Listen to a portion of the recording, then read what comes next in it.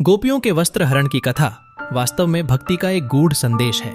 इस घटना में कृष्ण ने केवल मधुर लीलाओं का प्रदर्शन नहीं किया, बल्कि विषय के गहरे अर्थ को भी उजागर किया। वृंदावन का यह प्रसंग दर्शाता है कि भक्ति के मार्ग में भक्त की आत्मा का वस्त्र यानी उसकी भक्ति की गहराई सबसे महत्वपूर्ण है। जब गोपियां यमुना नदी में स्नान कर रही थीं, उनकी मनोदशा पूर्ण रूप से कृष्ण की प्रेम में डूबी हुई थी। स्नान करते समय उन्होंने अपने वस्त्र किनारे पर रख दिए। इसी समय कृष्ण ने अपनी विशेष नटखट लीला को आरंभ किया। उन्होंने गोपियों के वस्त्रों को चुपके से उठाकर एक ऊंचे पेड़ पर टांग दिया। जब गोपियां स्नान करके बाहर निकली तो उनके वस्त्र गायब थे और इस स्थिति ने उन्हें असमंजस में डाल दिया। कृष्ण ने गोपियों को अपनी शरारत से सिखाने का निर्णय लिया। जब गोपियां भगवान को पुकारने लगीं और वस्त्र लौटाने की प्रार्थना की तो कृष्ण ने उन्हें बड़ी चतुराई से उत्तर दिया। उन्होंने कहा, पहले अपनी गलती स्वीकार करो। बिना मुझे स्मरण किए स्नान करना उचित नहीं है।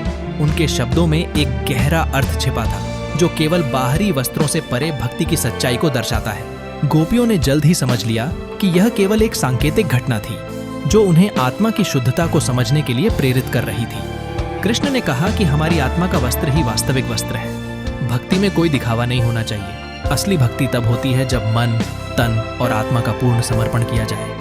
अंततः गोपियों ने कृष्ण की इस शिक्षाप्रद घटना को अपने हृदय में स्वीकार किया और उनकी भक्ति और भी गहरी हो गई। इस कथा ने उन्हें यह सिखाया कि भगवान के चरणों में समर्पण ही सच्ची भक्ति की पहचान है। यही संदेश वृंदावन की इस कथा का सार है, जो आज भी भक्तों के लिए प्रेरणा का स्रोत है।